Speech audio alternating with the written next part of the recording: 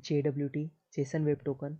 HTTP protocol is stateless, which means every request made to a server doesn't know about the previous one, and every request should authenticate itself separately. The traditional way to deal with the stateless property of the HTTP protocol is using the server side session. Stateless property का मतलब है कि server पे कुछ भी store नहीं करेंगे. Okay. When a user is authenticated via username and password, for example, the server creates a session which is tied to a unique session ID. This ID is sent back to the client so that the next time the client makes a call, he just have to embed his session ID to be recognized. Session face multiple problems. The first one is that sessions are not secure. As soon as the hacker finds a way to steal the session ID, traditionally stored in a cookie, he can access the server resources. The second problem is that sessions do not scale. So let's say two servers है S1 S2 behind to a local load balancer. तो मैंने है ना एक request भेजी थी एक server के पास. तो S1 session is created. ठीक है. Let's say you have two server S1 S2 running behind the load balancer in order to distribute the incoming request. Load between the two server. If a client is authenticated by S1, a session is created and transferred to the client. The problem is here that other S2 does not know about this session. ठीक है ना. Thus, if the next request coming from the same client is redirected to S2, it will be unauthorized. ठीक है. तो इस session के बारे में थोड़ा डिटेल में पढ़ो. तो अभी हम JWT देखने वाले हैं. हमने देख लिया कि सेशन की क्या प्रॉब्लम्स थे, उसके सेशंस आर नॉट सिक्योर, और हमने ये देख लिया कि दो सर्वर है. अगर तुमने कोई एक सर्वर से लॉगिन कर लिया है, यानी तुमने जब रिक्वेस्ट भेजी वो S1 सर्वर के पास गई थी, तो तुम्हारा एक सेशन बन गया कुछ, लेकिन फिर से तुम रिक्वेस्ट भेज रहे हो, लेकिन लोड बैलेंसर की वजह से लेट से तुम्हारी डिस्ट्रीब्यूटेड सर्वर है ना, तो कोई दूसरे सर्वर के पास रिक्वेस्ट गई तो वो अनऑथराइज भेज देगा. तो ये सब उसके डिसएडवांटेज थे, और सेशन के बारे में डिटेल में पढ़ो. Stateless authentication solution JWT. We need an authentication solution more efficient and more secure than session. ठीक है. तो वो कौन सा है? JWT. That is JSON web token is a compact and autonomous solution to securely authenticate clients and authorize them to access the request resource by exchanging a standard token. Okay. So JWT is a JSON Web Token, compact URL safe means of representing claim between two parties. These claims are often used to transmit information about the user and their authentication status, and it is commonly used in web development for authentication and authorization. Okay. JWT is essentially a long encoded text composed of three parts separated by dot sign, and each part is encoded as base64 URL. तो तीन part कौन थे? Header, payload, signature. तीनों part dot से separated है और each part encoded है base64 URL से. ठीक है. Header typically consist of two part. उसके अंदर सबसे पहले तो type of token that is JWT and the signing algorithm being use. ये हम देखेंगे कौन सा अल्गोरिदम है ये, HMSC. तो इसके अंदर अल्गोरिदम ये है और टाइप ये है. ठीक है. तो अभी base64 इनकोडेड ऑफ हेडर का कुछ तो भी एक ये एग्जांपल, ऐसा कोई स्ट्रिंग बनेगा. ओके. या टेक्स्ट बोल सकते हो, ऐसा कोई टेक्स्ट बनेगा एनकोडेड.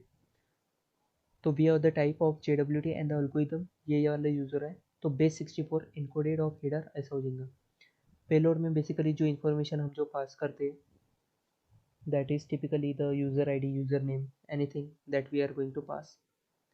तो ये भी एक है. तो इसको base64 ओके base64 URL से अपन इनकोड करने के बाद इसका भी पेलोड का एक कोई स्ट्रिंग बनेगा. And then signature. To create the signature part you have to take the encoded header. ठीक है. तो अपने को एनकोडेड हेडर लेना पड़ेगा, एनकोडेड पेलोड लेना पड़ेगा एंड अ सीक्रेट की, और ये तीनों को कंबाइन करके हम अल्गोरिदम लगाएंगे that is specified in the header. ये वाला अल्गोरिदम यूज करेंगे. ये देखो देखो सीक्रेट की क्या होती है? Known only to the server. एक हम कोई भी एक एप्लीकेशन बना रहे हैं, मतलब JWT का ये, तो एक हम कुछ सीक्रेट की बनाएंगे जो कि सिर्फ सर्वर को पता है. ओके. तो ये हेडर का बेस 64 इनकोडेड ये स्ट्रिंग बन गया, पेलोड का ये बन गया, और सिग्नेचर का मैंने क्या बोला कि हम ये अल्गोरिदम यूज़ करेंगे जो कि हेडर पे हमने दिया था, और इसके अंदर हम बेस 64 इनकोड हेडर का ये स्ट्रिंग लेंगे प्लस डॉट ये वाला स्ट्रिंग एंड देन सीक्रेट की, इन तीनों का ये सिग्नेचर का ये बन जाएगा, और फाइनली तीनों को हम डॉट से कंबाइन कर लेंगे। ठीक है, तो इजी है। JWT लॉन्ग स्ट्रिंग है, उसके अंदर 3 पार्ट है separated by dot and each part encoded as base 64 URL। तो सबसे पहले तो हेडर पेलोड सिग्नेचर, हेडर के अंदर टाइप एल्गोरिदम है, ठीक है, और ये एल्गोरिदम हम कब यूज़ करने वाले हैं हमने देखा सिग्नेचर में। तो ये हेडर के ये दो इन्फॉर्मेशन का एक स्ट्रिंग बना देता है, फिर पेलोड के अंदर इन्फॉर्मेशन जो हम पास करते हैं उसका एक बेस 64 URL एक स्ट्रिंग बना देता है। बेस 64 URL को each part is encoded as base 64 URL and third one is signature। हमने देखा सिग्नेचर कैसे बनाता है वो, उसके अंदर 3 चीज़ लेता है वो, that is base 64 encode of header, base 64 encode of payload and the secret key that is known to only the server. तो इन तीनों को ये वाला एक अल्गोरिदम लगाता है जो कि हमने हेडर में बताया, और इससे एक वो स्ट्रिंग निकाल लेता है दैट इज सिग्नेचर की। ठीक है, और ये तीनों को हम फाइनली डॉट से जोड़ देते हैं तो हमारा फाइनल JWT टोकन बन जाता है। ठीक है, तो मैंने स्टेटलेस बताया था, स्टेटलेस का सिंपल सा मतलब है कि हम सर्वर पे कुछ नहीं स्टोर कर रहे हैं। जैसे JWT है, what JWT really do is that they provide a means of maintaining session state on the client side instead of doing it on the server। ठीक है, हम सर्वर पे कुछ भी स्टोर नहीं कर रहे, सिर्फ क्लाइंट साइड पे रहेंगे JWT। तो कैसे वर्क करेंगे इसको डिटेल में देखेंगे, बट ये देखो सबसे पहले तो हमारी ये देखो हमने स्प्रिंग सिक्योरिटी की डिपेंडेंसी ऐड कर दी है, यानी all APIs become private. Okay, तो अभी हम JWT का जो भी कोड है, जो भी हमें फिल्टर करना है वो सब हमने ऐड कर दिया, ऐसा इमेजिन करो। अभी हम /login और /signup ऐसी 2 API रखेंगे जो कि पब्लिक है, यानी उसको एक्सेस करने के लिए हमें बीच में फ़िल्टर नहीं चाहिए, यानी उसको एक्सेस करने के लिए हमें बीच में फ़िल्टर नहीं चाहिए, क्लाइंट और सर्वर के बीच में कोई फ़िल्टर या इतना जो स्प्रिंग सिक्योरिटी का जो फ्लो देखा हमने ये सब नहीं चाहिए, वो डायरेक्टली एक्सेस होने को ना। जैसे /login बोला तो डायरेक्टली वो लॉगिन पेज पे जाने को होना, और वहाँ पे हम यूज़र नेम पासवर्ड हमें जो भी देना है वो देंगे। तो /login और /sign की ये 2 ऐसी API रहेंगी जो कि पब्लिक रहेंगी, वहाँ पे ये कुछ नहीं चलेगा। ठीक है, तो अब होगा क्या, तो साइन अप का तो सिंपल है कि हम साइन अप कर लेंगे, वो भी हम कोड देखेंगे। और लॉगिन का क्या करेंगे, हम लॉगिन के लिए हम internally user name password authentication filter use करेंगे।